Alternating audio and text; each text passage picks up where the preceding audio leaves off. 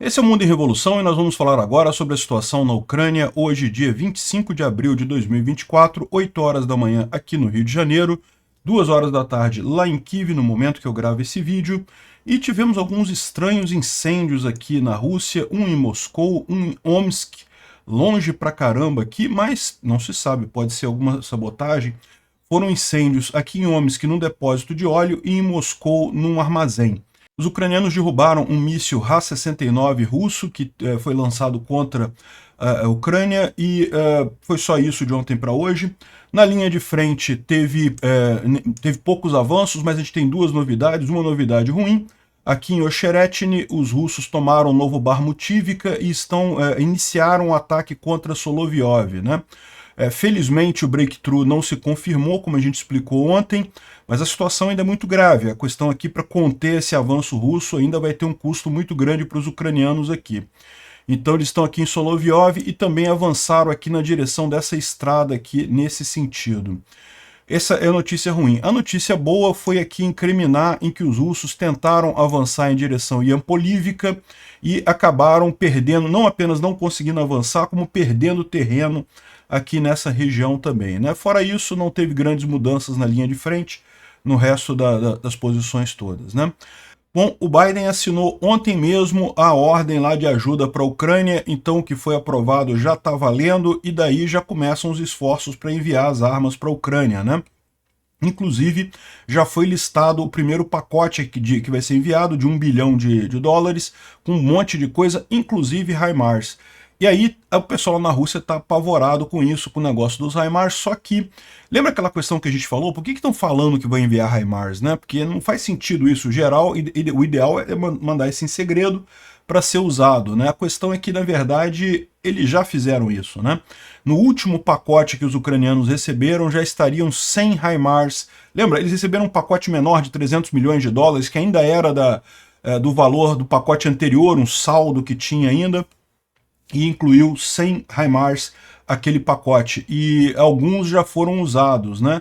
Onde é que eles foram usados? Lógico, aqui em Jankoy. Lembra que em Jankoy os ucranianos fizeram um ataque com extremo sucesso aqui, destruíram um S-400, vários lançadores e radares e coisa e tal? Pois é, já foi com ataques do pacote anterior, né? Então por isso que a essas alturas os russos já sabem que foi ataques que foi usado ali, então por isso que o pessoal não teve problema em dizer que vão vir muito mais agora, né? Já mandaram 100 e vão mandar uma quantidade muito maior agora nesse novo pacote, né? Esse novo pacote também inclui, segundo o Kuleba, que é o ministro das Relações Exteriores da Ucrânia, 7 Patriot. Olha só exatamente o número que a Ucrânia pediu para conseguir cobrir uma área razoável aqui da Ucrânia com defesa antiaérea. Vão ser 7 sistemas Patriot que vão se somar aos 3 que já existem e mais vários outros sistemas de defesa antiaérea que tem na Ucrânia. A expectativa é que quando tudo isso estiver funcionando adequadamente, a coisa vai mudar de figura. A defesa antiaérea ucraniana vai ficar muito mais resistente aos ataques russos, né? Então lembra, não é uma coisa rápida, colocar um sistema desses leva meses, todo um planejamento, tem que treinar a equipe que vai usar o sistema. Felizmente agora na Ucrânia já existem vários soldados ucranianos capacitados a usar o Patriot, então a transmissão de conhecimento fica muito mais rápida, né? Dos desafios é a língua. A verdade é essa. Lá na Ucrânia, tal como aqui no Brasil, tem muita gente que fala inglês, evidentemente, que entende inglês, mas o grosso da população não, só fala ucraniano. Então, o exército tem muita gente que fala só ucraniano, mas agora que você já tem uma primeira turma que aprendeu a usar o Patriot, né, de ucranianos, realmente esse pessoal pode ser usado para treinar outras equipes. Então, muito em breve, a gente deve ter uma situação aqui bastante segura na Ucrânia contra ataques russos, né? Enfim, as coisas prometem melhorar bastante daqui para frente. Vamos falar sobre esses e outros assuntos em detalhes. As notícias foram sugeridas por Vamos Aprender Ucraniano, Estácio Ney Oscar Romeu e várias outras pessoas. Obrigado aí ao pessoal que sugeriu a notícia lá no nosso site, no wrevolving.com, e obrigado a você que está assistindo o nosso vídeo. Se você gosta do nosso conteúdo, por favor, deixe o seu like e se inscreva aqui no canal, né? Pois bem, como eu falei, houve um míssil Ra-69 que foi derrubado, ia em direção a Dnipro.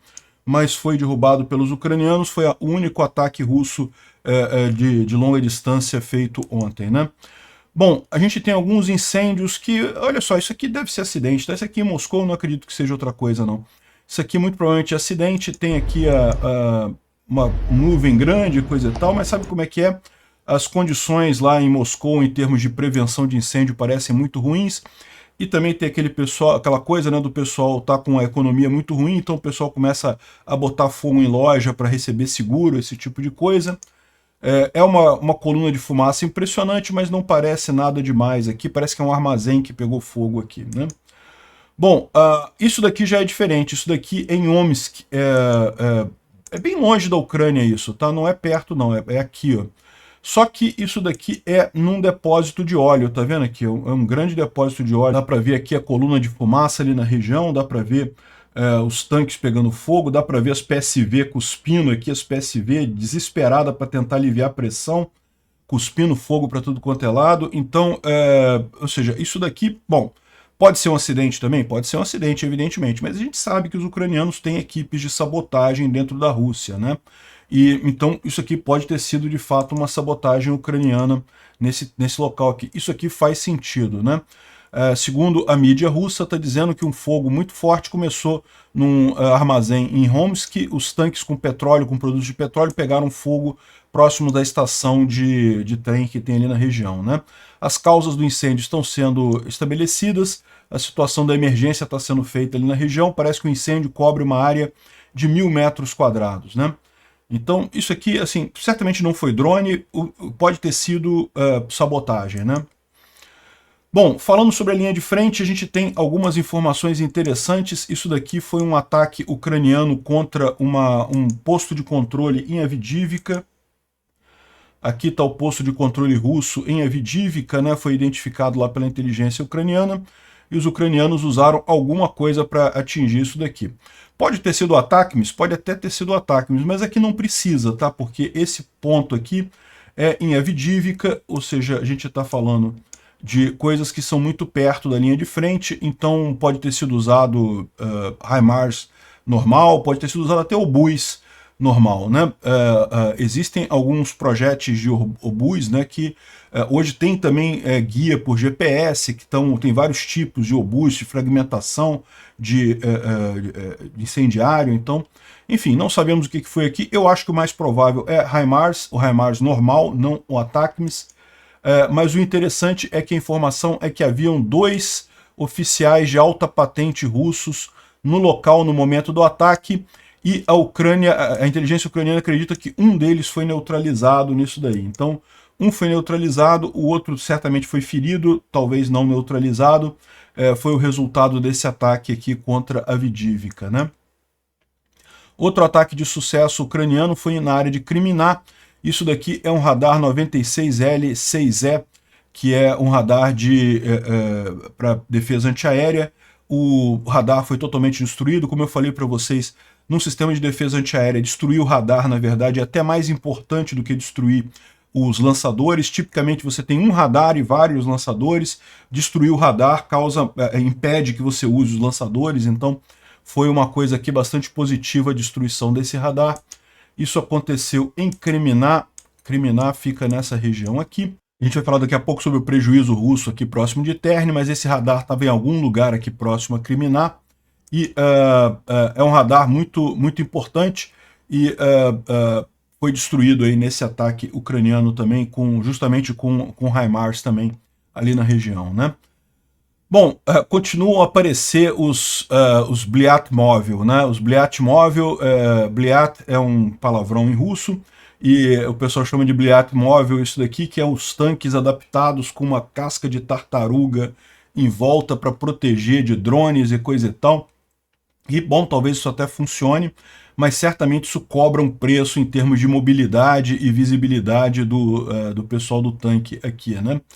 Então tá ficando cada vez mais engraçado isso daqui. E, lógico, muitos estão ficando pelo caminho, né? Acabam sendo detonados pelos ucranianos. Mais uma tartaruga, um tanque tartaruga ali em Krasnohorivka. E tem vários aqui. Esse daqui estava andando numa estrada indo para a linha de frente. Outros aqui destruídos em alguns outros lugares. realmente chega a ser curioso essa coisa e denota justamente a preocupação dos russos, né? A preocupação deles são os drones. Os drones é o que o que mais destrói os tanques russos, são drones no final das contas, os blindados russos.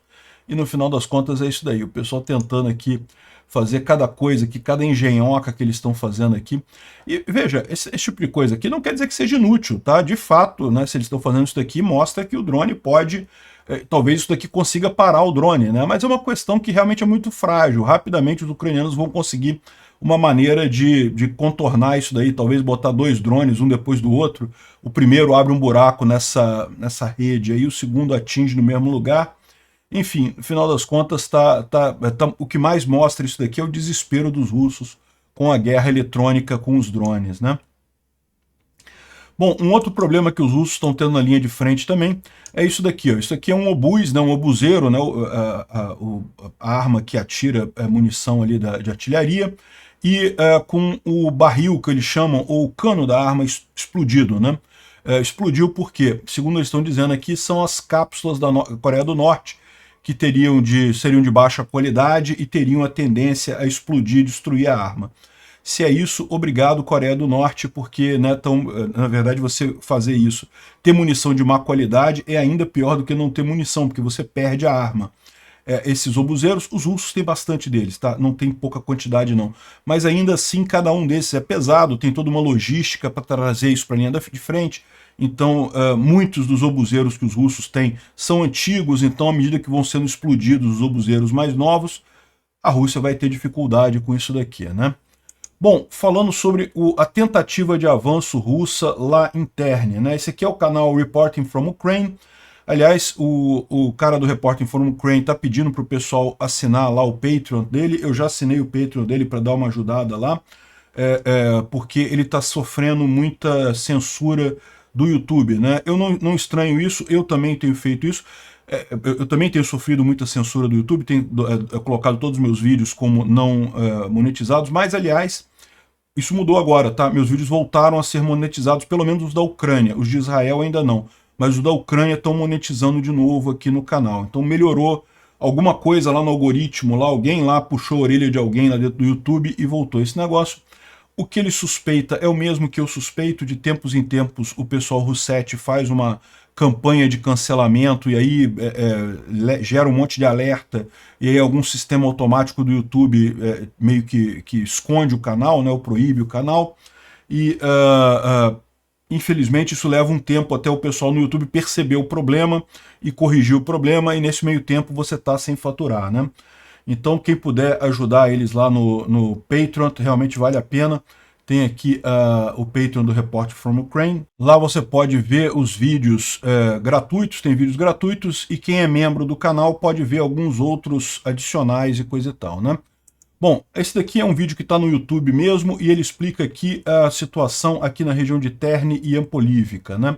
Como vocês sabem, nessa região aqui, o objetivo dos russos é chegar ao rio Zerebets, e, na verdade, o objetivo final deles é tomar Lima, né? Lima já esteve em controle dos russos, é uma cidade que os russos consideram muito estratégica, porque permite eles atacarem Sloviansk, que é essa outra grande cidade aqui em Donetsk. Então eles querem tomar Lima, e o primeiro passo para isso seria chegar até as margens do rio Zerebets, vencendo a defesa ucraniana que tem aqui na margem leste desse rio, né? Então eles estavam tentando aqui em Terni, através dessas áreas de vegetação aqui, tomar Terni, né? Aqui, ele mostra aqui que eles estavam indo aqui nessa área de vegetação, e dessa vez eles tentaram aqui em Ampolivica, né? Botaram um monte de blindados para avançar ali em Ampolivica, mas mais uma vez os ucranianos identificaram esse ataque e não apenas conseguiram destruir os tanques, impedir esse avanço russo aqui em direção a Ampolivica, como conseguiram retomar uma área grande aqui, né? Isso aconteceu porque recentemente aqui as tropas sofreram rotação, então a gente tem tropas mais frescas, tropas mais descansadas aqui, e conseguiram aqui dar uma resposta para os russos nessa região, né? Excelente notícia isso daqui. Bom, na região ali de Ocheretny as notícias não são tão boas. Como eu expliquei para vocês, a gente teve quase um breakthrough aqui, né? Eu falei sobre isso no último vídeo. Na rotação de tropas que aconteceu nessa região também, a 47ª Brigada Ucraniana deveria sair para a entrada da 115ª Brigada, né? Essa é a rotação de tropas, né? Chegar tropas mais descansadas. Mas houve algum erro, ou a 47ª saiu antes do esperado, ou a 115ª demorou a entrar, a gente não sabe exatamente o que houve aí, certamente isso vai ser objeto de avaliação lá na Ucrânia, mas o fato é que durante alguns dias, algumas horas, ficou desprotegido esse trechinho aqui do fronte, e os russos aproveitaram e tomaram Ocheretny, né? Felizmente, a 47ª percebeu o problema, percebeu que não tinha o que aconteceu, retornaram, então isso evitou um breakthrough, evitou que os russos conseguissem avançar a ponto de comprometer a retaguarda dos ucranianos e forçar uma retirada rápida. Mas é lógico, só o fato deles terem avançado aqui já prejudicou muita coisa, já teve que várias tropas ucranianas que estavam aqui próximas disso daqui já tiveram que se reposicionar, e isso sempre causa confusão, foi tudo feito às pressas e coisa e tal. Então o prejuízo vai ser grande para a Ucrânia aqui, né? Erro em guerra sempre custa muito caro. Então os russos conseguiram tomar aqui em Novobarmutivka, e estão aqui em Solovyovsk, nessa região aqui. Solovyov, já estão atacando aqui Solovyov, Novobarmutivka foi tomada, então, ou seja, eles continuam avançando aqui. É lógico que isso está contido agora, as tropas já recompuseram a linha defensiva, mas essa recomposição tem um custo, certamente os russos vão avançar um pouco por aqui, é muito ruim isso não é uma coisa positiva, né? Bom, vendo aqui nas cartas do Poulet-Volant, ele coloca aqui a informação, Novobarmutivka, Solovyov, realmente ainda tem o avanço russo aqui. Também teve, os ucranianos tiveram que recuar aqui para posições mais adequadas nessa região aqui, em frente a Ocheretny. Então a questão aqui está contido, o pior não aconteceu, mas ainda é um erro muito grave. Você ainda vai ver os russos avançar mais um pouco aqui nos próximos dias, até a coisa realmente ser estabilizada novamente, né? Bom, aqui é só o detalhamento daquela outra região. Aqui em Krasnohorivka, parece que teve um pequeno avanço russo aqui, mas nenhuma mudança significativa por aqui. São os dois pontos, né? Krasnohorivka é nessa região aqui, perto de Novomihailivka, mais aqui para cima um pouquinho. Krasnohorivka está aqui, os russos tentando avançar aqui nessa região, né? Bom, o processo aqui parece o mesmo, né? Os russos continuam avançando um pouquinho, os ucranianos cedendo um pouco. Lembra, a ideia ucraniana é justamente de poupar esforços, por quê? Se os ucranianos tentassem se defender com muito afinco, evitar que os russos avançassem qualquer coisa, iriam comprometer os recursos, que eram poucos, né? Agora que estão chegando os recursos da ajuda, a coisa deve ser diferente. Mas um outro ponto que eu acho que é importante ressaltar é que todos esses avanços aconteceram nessa região aqui, no chamado Fronte Leste, né? Que vai em Donetsk e Luhansk até Kharkiv. E a Astra Intel, ela já tinha mencionado que, na verdade, para a Ucrânia, o fronte mais crucial é o fronte sul. É aqui que a Ucrânia vê a ponto mais importante, de fato, nessa guerra. O segundo mais importante é aqui, o fronte em Zaporígia, essa região que está marcada em amarelo aqui. E o fronte leste, na verdade, é o menos significativo em termos estratégicos. É lógico, perder cidade é sempre ruim, avanço russo ali é sempre ruim, ninguém está dizendo que é ok avançar por ali, mas o que mostra essa história aqui é que a Ucrânia cedeu onde podia ceder. Aqui em Robotny, em Zaporizhia, os russos não conseguiram avançar nada, bem como o fronte aqui na região sul, aqui em Kherson, também não cedeu nada. Ok, você pode dizer que aqui tem o rio, né, mas você tem as cabeças de ponte ali em Krink, em Olesk, né, em Kozak-Larehy, coisa e tal, e os russos também não conseguem avançar ali, né. Isso para mostrar que até no momento de fragilidade os ucranianos estão pensando no longo prazo, a estratégia, a saída dessa guerra, o final dessa guerra vai ser a recuperação total dos territórios ocupados pelos russos, e o mais importante disso é a Crimeia, né? É o ponto central para resolver essa coisa toda aqui, né? De novo, não é que o fronte leste não seja importante, é lógico que é, mas na visão geral da coisa é o menos importante deles, né? Bom, o Instituto para Estudo da Guerra fala sobre o envio, o pacote de ajuda americano, né, a assinatura do Biden e o envio disso, é o que a gente vai falar já em seguida. O Biden, como era de se esperar, imediatamente assinou o pacote, ontem ainda, está aqui ele com a bandeirinha da Ucrânia e dos Estados Unidos, anunciando o anúncio do pacote, coisa e tal, e disse que a ajuda já está a caminho, já tem o primeiro pacote de ajuda para a Ucrânia, é um pacote bastante significativo, fala aqui mísseis de defesa antiaérea, aqui não fala o número de cada coisa, tá? A gente não sabe. É lógico que eles não estão querendo dizer o número disso daí, mas no final das contas está aqui mísseis de defesa antiaérea, Stingers, que são também para defesa antiaérea, pequenas armas, munição para pequenas armas, munição .50, isso daí para conter drones russos, né? Munição para HIMARS. Aí não fala qual munição que é aqui, né? A gente vai ver que eles já deram a dica que vai ter ATACMS, né? Projéteis de artilharia, né? 155mm e inclusive munições com DP-ICM. São munições fragmentantes, aquelas munições de obus. Você lança de um obus, quando ela chega no lugar ela explode tudo. Tem um efeito muito maior, né? E outra também, inclusive, altamente explosiva, e a DP-ICM, né? Munição de artilharia de 105mm, morteiros de 60mm, Bradleys, MRAPs, que são aqueles veículos resistentes a minas, né? São veículos altos, que se passar resistentes a minas no seguinte sentido: se ele passar numa mina, ele explode, aquele veículo se destrói. Mas a população que está dentro, os soldados que estão dentro, se salvam, né? Então, Humvees, veículos de logística, veículos táticos, enfim, mais um monte de coisa. Aqui tem outros mísseis, javelins, munições de precisão aérea, equipamento de apoio a campos aéreos, peças sobressalentes, coisas de manutenção, enfim, outras coisas aqui, né? Um pacote muito grande, um pacote de $1 bilhão, é um pacote muito grande mesmo, e deve dar uma boa ajuda, segundo eles estão dizendo, já deve começar a chegar nos próximos dias isso na Ucrânia, né? E o pessoal russo já está pirando completamente na batatinha, aqui ó, o pânico é real. O Raibar avisa que tem vários... A Ucrânia está usando vários decoys para identificar as defesas antiaéreas ali na Crimeia e preparando certamente para ataques com o ATACMS, né? Ou seja, os ucranianos estão usando vários mísseis de decoy contra a Crimeia.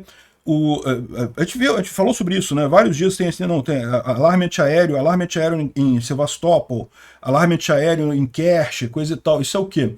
São mísseis, mas a gente vê que não tem tanto ataque assim. Por quê? Porque os ucranianos estão testando as defesas antiaéreas russas para saber onde é que estão essas defesas antiaéreas.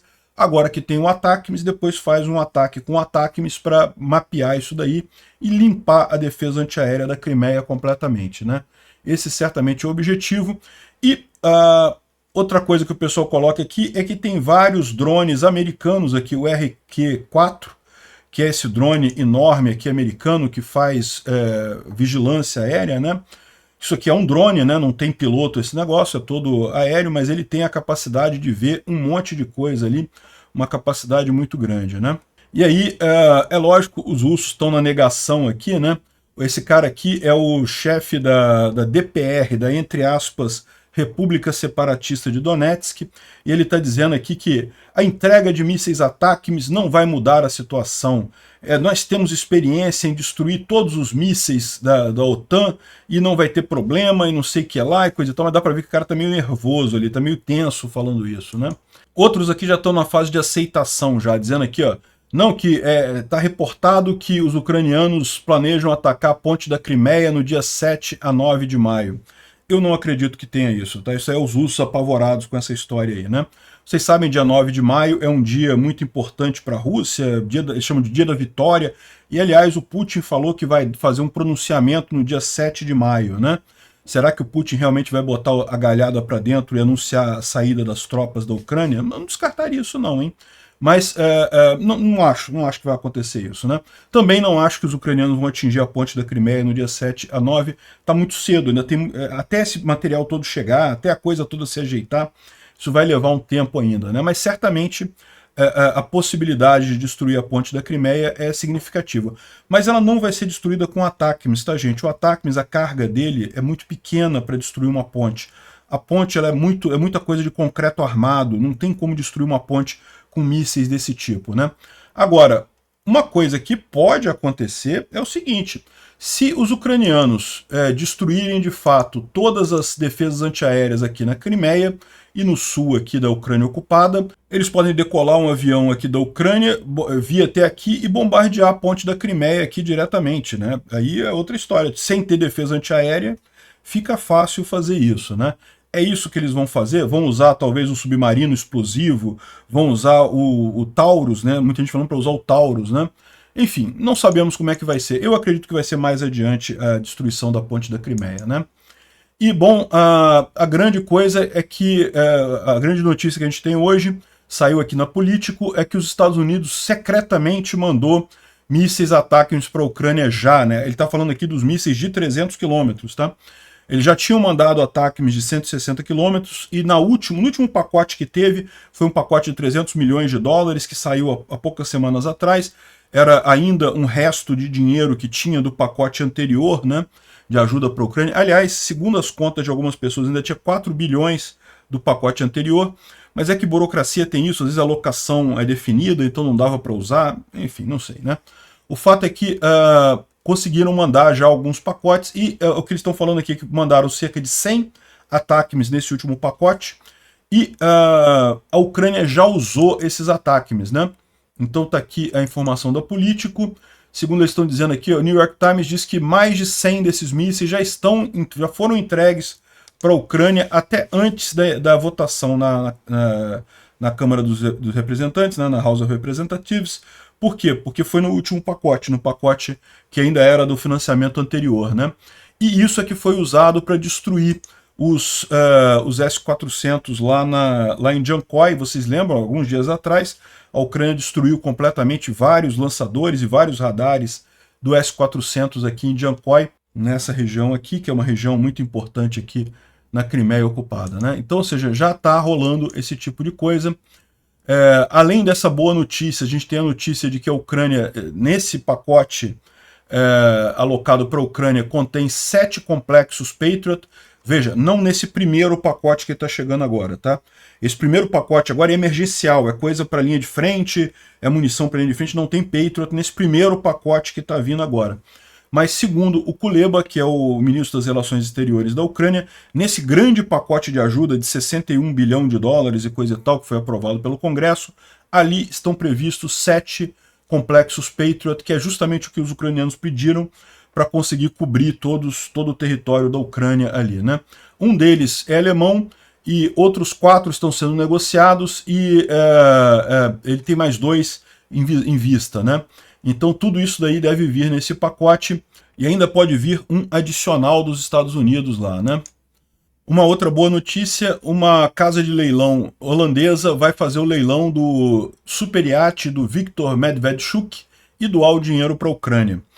O Medvedchuk, ele não é russo, ele é ucraniano, né? Ele era o cara que até concorreu com o Zelensky na última eleição, ficou com merreca de votos, né? Perdeu a eleição, mas ele é aliado do Putin.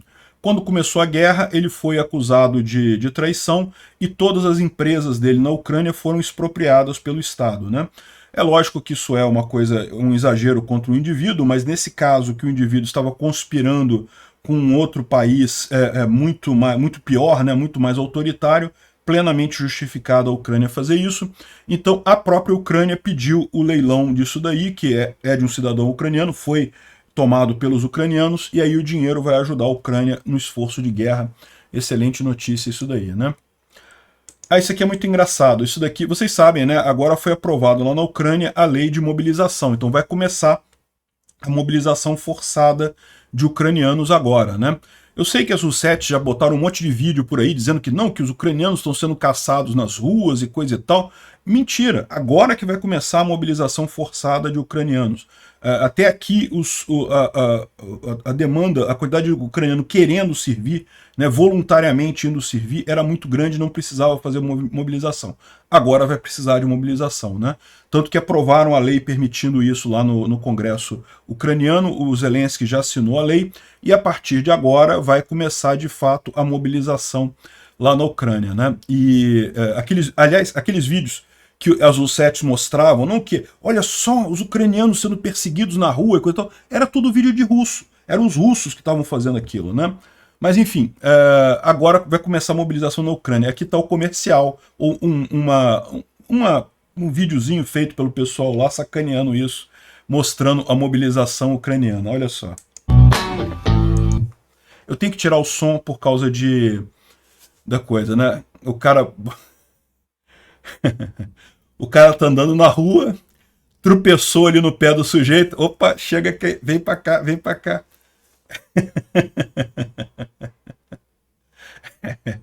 Né? É o que vai acontecer lá na Ucrânia agora, não tem jeito, né? Guerra é guerra.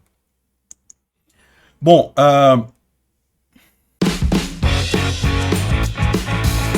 obrigado por assistir o vídeo até o final. Se gostou do conteúdo, não esqueça de deixar o seu like, isso ajuda o canal a crescer e a chegar para mais gente.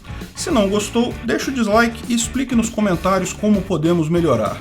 Comente também sugestões de temas que podemos trazer por aqui. Comentários insultuosos ou defendendo ditaduras e criminosos de guerra serão sumariamente bloqueados. Agradeço a compreensão. Se ainda não é inscrito no canal, considere se inscrever clicando no botão inscrever-se abaixo e marcando a campainha para todos os avisos. Se quiser ajudar o canal, veja no nosso site como você pode fazer isso.